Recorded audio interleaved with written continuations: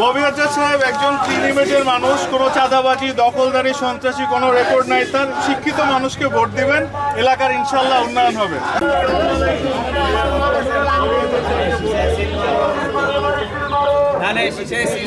মোহাম্মদপুরে এত বছর যে ধরনের অসুবিধাগুলো ছিল এগুলো সমাধান করার জন্য যে শিক্ষিত এবং প্রজ্ঞাপূর্ণ ব্যক্তি দরকার ছিল সেটাই হচ্ছে ববি হাজ্জাজ, এবং তার হাতেই ধানের শীষ তুলে দিয়েছে আগামী রাষ্ট্রনায়ক তারেক রহমান।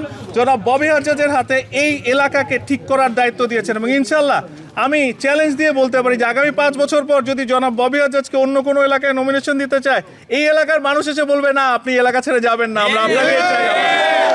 আমরা দেখতে পাচ্ছি জনগণের মধ্যে স্বতঃস্ফূর্ততা আছে। 15 থেকে 17 বছর মানুষ ভোটের কথা চিন্তাও করতে পারেনি।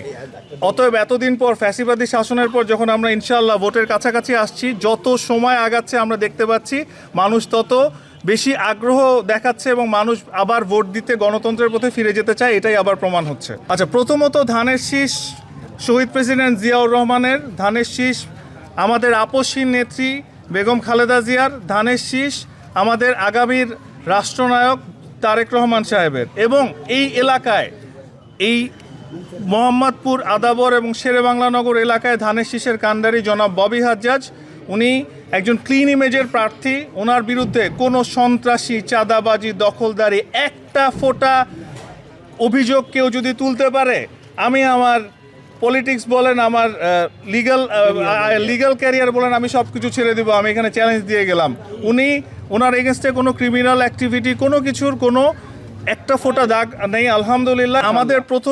আমাদের প্রথম কাজই হচ্ছে সন্ত্রাসকে এবং এই চাঁদাবাজিকে বন্ধ করা, এবং আমরা যদি এটা না পারি এটা আমাদের ব্যর্থতা হবে। এবং আমরা দেখেছি গত 15 বছর থেকে আমরা এতটুকু শিক্ষা নিয়েছি যে আমরা যদি মানুষের জন্য কিছু না করতে পারি, 5 বছর পর জনগণ আমাদের আর ভোট দিবে না। এবং ফ্যাসিবাদী শাসন দেখিয়ে গিয়েছে যে আপনি যতদিন মানুষকে দমিয়ে রাখবেন, একদিন না একদিন মানুষ আপনাকে আপনি যত উপরেই থাকেন সেখান থেকে টেনে নামাবে। কাজেই আমরা সেই ভুল করতে চাই না, এবং ইনশাল্লাহ জনাব তারেক রহমানের নেতৃত্বে, জনাব ববি হাজ্জাজ, আমরা সবাই এনশিওর করব যে এই ঢাকা 13 এলাকা বাংলাদেশের এবং ঢাকা শহরের একটা মডেল এলাকা হবে, এবং ঢাকা 13 ইনশাল্লাহ ঢাকার এবং বাংলাদেশের 300 সিটের মধ্যে অন্তত টপ 5-এ আসবে ইনশাল্লাহ আগামী 5 বছর পর। অন্যান্য আসনের তুলনায় এই মোহাম্মদপুর আদাবরের যে আসনটি একটু চ্যালেঞ্জিং কিনা, কি মনে হচ্ছে আপনার কাছে সার্বিক দিক মিলিয়ে? অবশ্যই, কারণ এখানে আসলে কিছু আপনি যেটা বলছেন যে সন্ত্রাসী, চাঁদাবাজি, এই ধরনের অনেক ইস্যুজ আছে, এবং আমরা সেজন্য যথেষ্ট পরিমাণে চেষ্টা করছি যে ইনশাল্লাহ আমরা যাতে খুব ভালোভাবে এটা সম্পন্ন করতে পারি। এবং এখন পর্যন্ত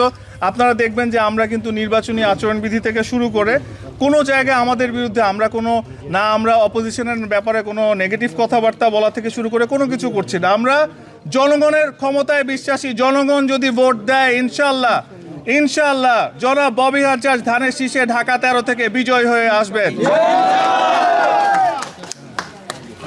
থ্যাংক ইউ।